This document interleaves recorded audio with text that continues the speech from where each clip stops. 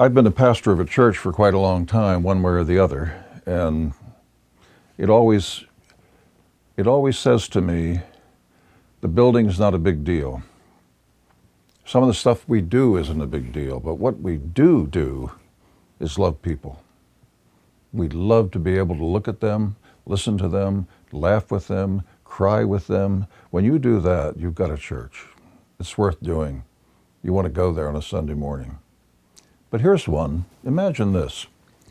I'd already left the church, and I was just doing some other kinds of things, working at the college and so on. In the process of this, though, I got a phone call.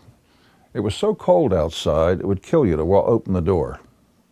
And the phone rang, and I picked it up, and I said, "Yes, what is it, please?"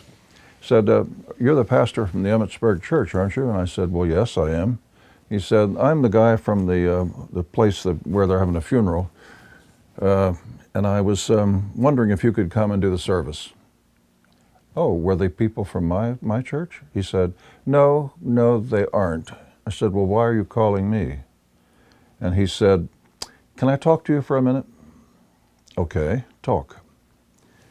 Recently, a young couple, not long married, had their first children together, 2 boys. And when they were born, one of them died. And their minister came from whatever church he was a part of, and he came into them and talked to them. And the man at the funeral home told me what he said. He said, "Do you think if you'd have been more involved at the church that your child would not have died?" And I said to the undertaker, "I'll be there. Snowing outside, cold as it could be. I'll walk in my bare feet if I have to come talk to those people. I don't know what I'll say, but I know what I feel. And when I see those faces and one dead child, I look at them and say, oh my God, so bad, so sorry." And they told me what the man said, and they would never go back to that church again. I said, "I wouldn't go if I were you. Nobody should go."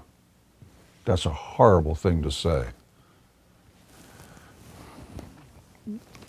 The other thing that I had, and there are all kinds here, but this one comes into the situation where I'm in Hagerstown as a pastor. I haven't been there very long.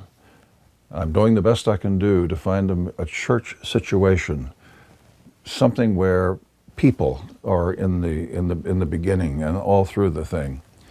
The word love appears, the word caring, the word, if you hurt, I'll be with you.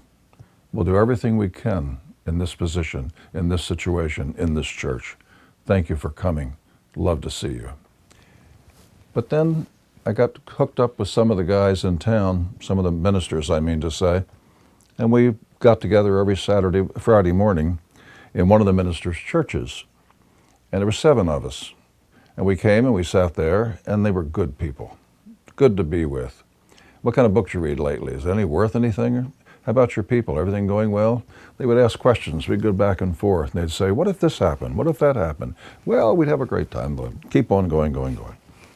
Then one day, the guy who was the top man said, "I would like for all of us to have, in this situation where we are every Friday, I would like for each of us to give our story, our life story. You do it, you do it, you do it, you do it." And they did. And he came up and did his. His father was a physician in Chicago. He was an only child, and he grew up wonderfully all through the towns that he was in, and his family and all the rest of it. And I was listening to what he said, and he talked everything he did with his father, his mother, and all his family and everything else. And when it was all done, I had to give mine too. I did it. Then I said this to him. I said, "Listen, can I tell you something? When you told me your story of your life, I loved what you said. And I felt something deeper because in my family it wasn't quite that good. We didn't have a good relationship all the way through. There were problems I couldn't figure out as a child. They held me down sometime when I did that sort of thing. But I dragged all that into a church. And here I am with all that background. And you know what? I would like to have had your life.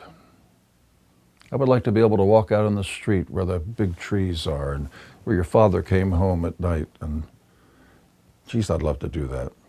And I waited for quite a long time. And he looked at me and he said, let me tell you something.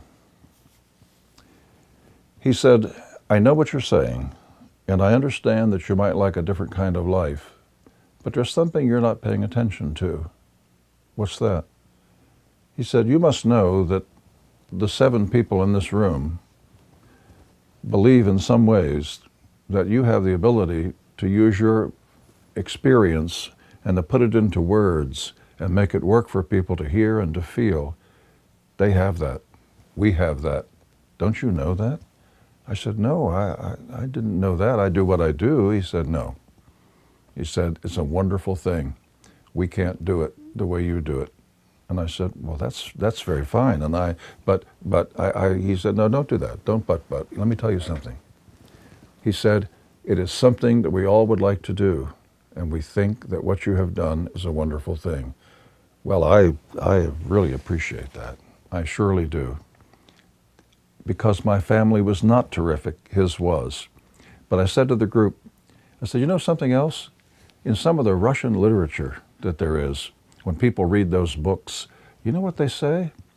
They say that you can't have the ability to prove and to work and to speak and to do all that unless there is some pain in your life. The pain in your life is giving you the tools you have to be the kind of person you are. I said, holy cow. And I looked at that man who had little tears in his eyes, and so did I. I said, thank you for that. What a wonderful gift.